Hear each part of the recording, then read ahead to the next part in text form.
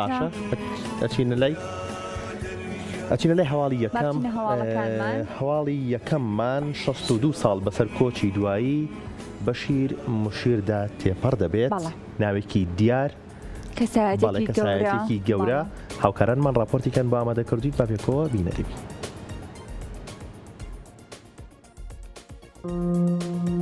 بەشیر کوڕی موشیر کوڕی سلێمانە ساڵی 1890 لە سلێمانی لەدایک بووە. ئەوەندە زانراوە کە خولی شەشمانگی لەگەڵ ڕەشید قیغەفور و حەسەن حلمی لە سەردەمی عوسمانی دیوە و بووە بە زەفتیە و پاشان گواستراوەتەوە بۆ بەغدا. لەسەر گوایە بەیاننامەی بڵاوکردنەوەی دژی حکوومەتی عوسمانی پێش شەڕی یەکەمی جیهانی سلێمانی بەجێهێشتووە. ماوەیەک لە سەرهێڵی شەمەندەفەری بەرلین بەغدا کاری کردووە لەگەڵ ئەڵمانەکان. کە شەڕ دەستی پێکردووە بووە بە سەرباز تا بڕانەوەی جەنگ. کۆتایی ساڵانی 20 سەرەتا دوکانێکی بەرگدروێتی کردوێتەوە لەسەر شەقامی ڕەشید لە بەغدا. بەرگدروویەکی بەناوبانگ بووە. ناوی خاوەنی مقەسی زێڕین ئەلمقەس لە دەهەبی لە خۆی ناوە و لە ڕۆژنامە و گۆڤارەکانی بەغدادا لە سەریان نووسیوە. شاگردی ناسراوی دەزڕەنگینی وەک عاسم فلەیح و هادی خەماسی بووە. بەرگی دەوڵەمەندان و کاربەدەستانی وەک مەلیک و وەسی دووریوە. بۆ یەکەمین جار مارکەی درونی بە ناوی خۆیەوە لە هیندستان بەکرداوە و بە دیوی ناوەوەی چاکردا دایدرووە. دوایی دوکانەکەی کردووە بەجێ وردەواڵە و گۆڤار و ڕۆژنامە و کتێب فرۆشتن. ساڵی 1928 خۆی پاڵاوتووە بۆ ئەندامەتی پەرلەمانی عێراق و بەیاننامەی خۆپاڵاوتنی بڵاو کردوێتەوە. دوکانەکەی لە بەغدا بووەتە جێی کۆبوونەوە و گفتوگۆی ڕۆشنبیرانی کورد و خۆیشی. بە حوکمی دڵسافی و دڵسۆزی و پاکی لایەنگر و دۆستی زۆری لێکۆبووەتەوە. کۆمەڵی کاژیک لە 14 1959دا لە دوکانەکەی ئەو دامەزرنراوە و ڕاگەیەنراوە. ساڵی 1963 و پاش کوتەدای بەعسیەکان عێراق بەگشتی و شاری بەغدا بە تایبەتی بوو بە ڕاوگەی کەسانی ئازادی خواز و دیموکرات. لەو ڕۆژگارە ئاڵۆزەدا بەعسیەکان بەشیر موشیر دەگرن.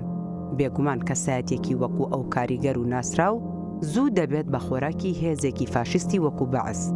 پاش ئەشکەنجەدان و ئازارێکی زۆری مامۆستا بەشیر لە زیندانی بەعسدا ڕۆژی 30 مانگی حوتی ساڵی 1963 ئوستاد ماڵئاوایی لە ژیان کرد. کەسانی وەک مامۆستا جەمال نەبەز، دکتۆر کەمال فواد، دکتۆر عیزەدین مستەفا ڕەسوول و هەموو ئەو ناوە گرنگانەی دیکەی مێژووی ئێمە ڕۆژگارێکی درێژ دوکانی بەشیر کە بە قیبلەی ئامالی کورد ناسرا بوو شوێنی دانیشتن و پێگەیشتنیان بووە. لەو ماوەیەدا سەرباری ساڵانێکی زۆریش لە مردنی ئوستاد کەچی هەر هەمویان بەردەوام لەگەڵ گیان و یادی ئوستاددا دەژیان.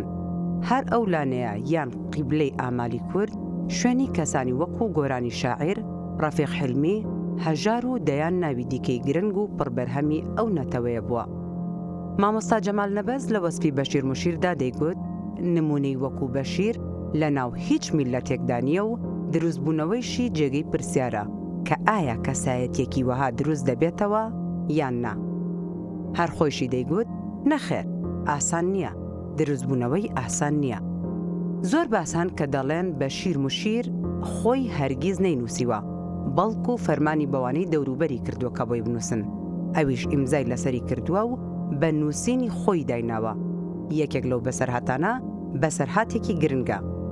بەسەرهاتێکە پەیوەندی بە دوو شاعیری مێژووی ئەدەبیاتی ئێمەوە هەیە، هەژار و گۆرانی گەورە.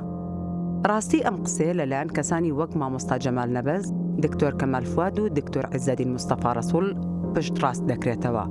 گۆرانی شاعیر یەکێک بۆ لەو کەسانی بەردەوام لە گەشتی بەغدای خۆیدا چۆتە دوکانەکەی ئوستاد. ئەویش ئاشنا بۆ بە قیبلەی ئامالی کورد، بە دنیا ناوازەکەی ئوستاد. چەند جارێک دیارە لە دوکانەکە ئوستاد و بە ئامادەبوونی ئوستاد خۆی نا، بەڵکو لە شوێنانی دیکە کاتێک نمونەی ئەو شیعرانە بۆ گۆران دەخوێنەوە کە هەژار بە فەرمانی ئوستاد نووسیونی و ئوستاد ئیمزای کردوون، گۆرانی گەورە بە پێکەنینەوە دەپرسێت و دەڵێت باشە هەژار بۆچی شیعری وەها جوان بۆ خۆی نانووسێت؟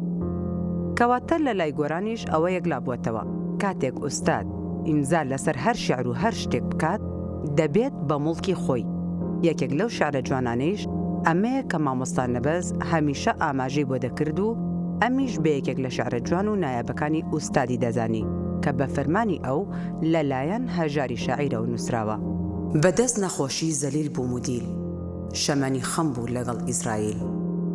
ئەو دەیگوت بەشیری پیری و ناتەوان بەس ماندووی ڕۆژ کۆکینی شەوان بانەجاتت دەم لە دەست هەژاری دەردی نەداری مەرگە تیماری گوتم نامەوێ مەرگی بە هاسان دەمەوێ بمرم وەکو پیاو خاسان لە ژێر ناکەسدا وەتەن بێخوستە بۆ ڕزگاربوونی خوێنی پێویستە دەمەوێ بمرم لە ڕووی مەیدانە خۆم پێشمەرگە بم لە کوردستانە داخی غەریبی بەس لە دڵم بێ با خاکەکەی خۆم ئاو و گڵم بێ وەتەن لە دوژمن وەربگرمەوە یانی هەربژیم قەت نەمرمەوە باوەجودی نووسینەوەی شعرەکە لەلایەن هەژارەوەیە کەچی مامۆستا جەمال نەبەز هەمیشە کە ئەم شیعرەی دەخوێندەوە دەیگوت تەماشا ئوستاد لەکەیدا ئاماژەی بە ناوی پێشمەرگە کردووە